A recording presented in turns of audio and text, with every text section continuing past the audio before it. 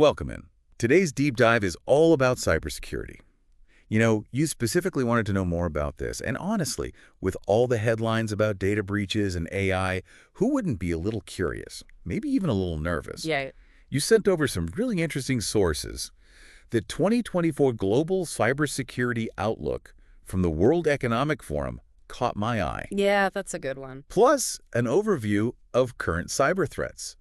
So we're going to unpack all of that and see what's really keeping cybersecurity experts up at night.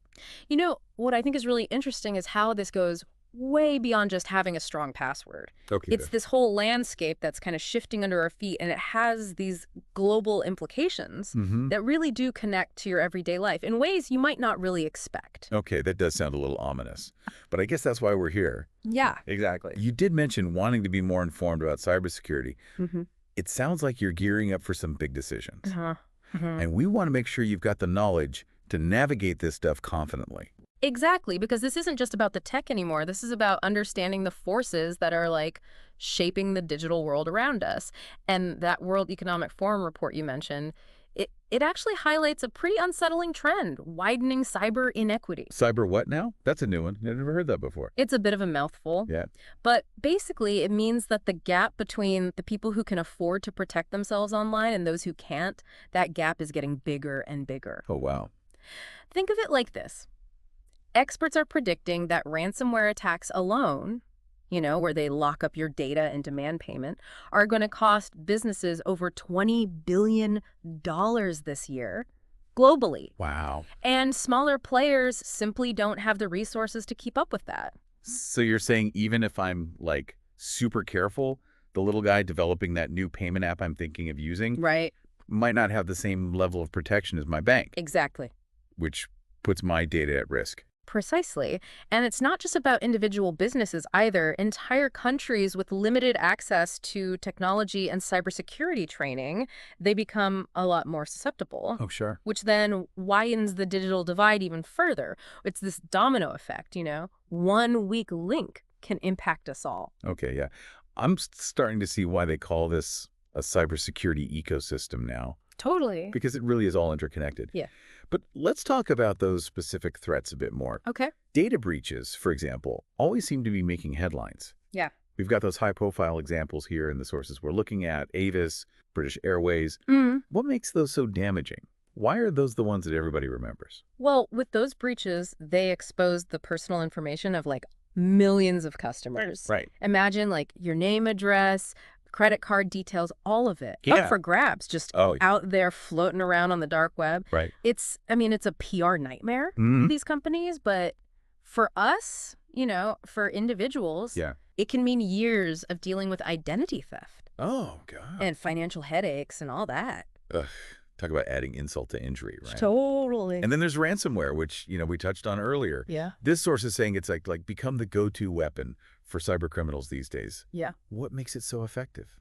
Leverage. Okay. They're realizing that they can make way more money and they can make it faster by targeting these organizations and encrypting their data. Right. Like hospitals, for example, they rely on instant access to patient records, Right. right?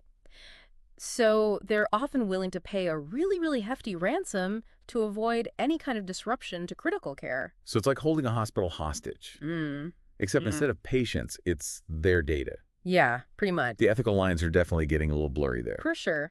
And actually, this source says that the average ransom demand has gone way, way up to over $1 million. $1 million. Yeah. Wow.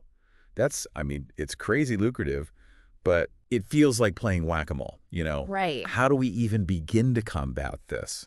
That's the $1 million question, isn't it? Right. Literally.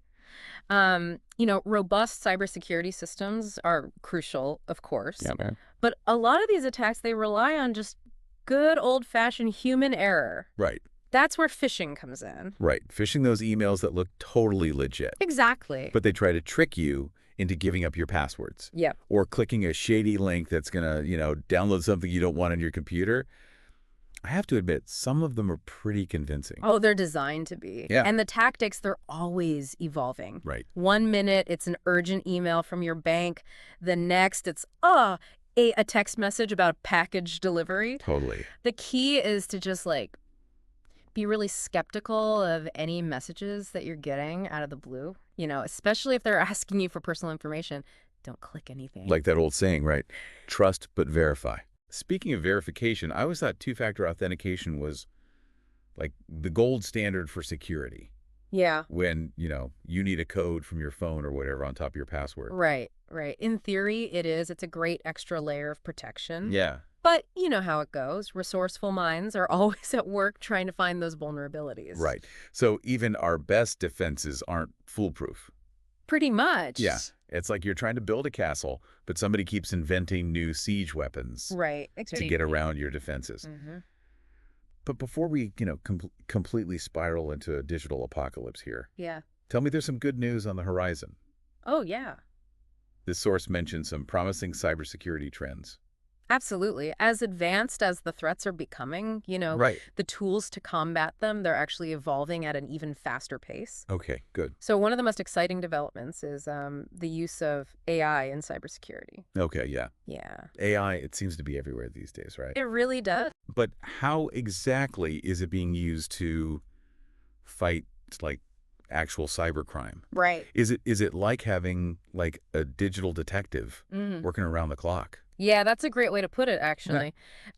AI can analyze these massive, massive data sets of network traffic Okay. and look for the really, really subtle anomalies. Right. Like, that might signal an attack. Exactly. So it's like having the security guard Right. who can spot, like, one suspicious character in a crowd of thousands, Yeah. even if they're trying to, like, disguise themselves. Right. And the beauty of it is AI, it never sleeps. Right. No coffee breaks. Never takes a coffee break, never gets tired. Yeah, that's seriously impressive. Mhm. So it's like it's proactive, right? Instead of reactive, which is Right. huge. Yep. What about cloud security? I hear that term thrown around a lot. What does that even mean, like, in the context of all of this? Well, it's become essential, basically, Yeah. as more businesses, they're moving their data online. Right. It's just kind of how things are done now, right? So think of cloud security as, like, a fortress Okay, yeah. for all your data, where you've got these multiple layers of protection Right. that are working together to Right. keep those threats at bay. Okay, so we've got AI on the case. Mhm. We've got this, like, digital fortress protecting our data. Right. What else? What else is there? This source also mentions something called zero trust architecture.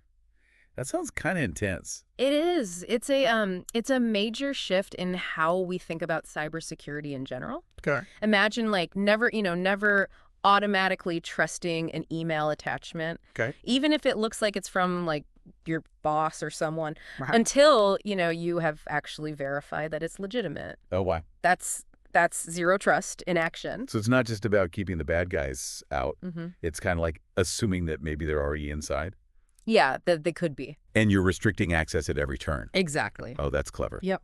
But with all this talk about AI and fortresses and, digital detectives and all this stuff, it's easy to forget that cybersecurity isn't just about, fancy tech. Right. Like we play a role in all of this too. Right. Absolutely. Yeah.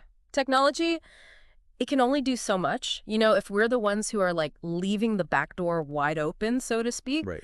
that's where that human element comes in, Right. creating a culture of, like, Yeah. cybersecurity awareness. So it's a two-way street. Like, companies and governments need to step up and do their part. For sure. But individuals, we need to, be proactive too, right? We do. Yeah. Think of it like this. You wouldn't leave your front door unlocked at night, would you? Right. No, I double check it. I might even, like, set the alarm. Exactly. And it's the same principle online. Okay. Yeah. Strong passwords, being wary of those phishing scams, keeping your software up to date. Right. Those are, like, simple things, but Really, really effective ways to protect yourself. it's about just, like, being informed, being aware, which is exactly why you reached out to us. That's right.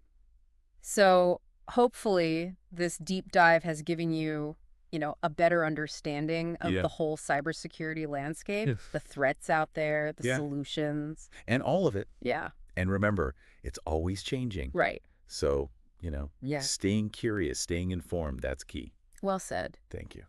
As you go forward, with these big decisions you mentioned, just remember, knowledge is power. The more you understand about all of this, the better equipped you'll be to, navigate the digital world Right.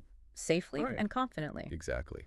That's it for today's deep dive. Until next time, stay curious, stay informed, and most importantly, stay safe out there in the digital world.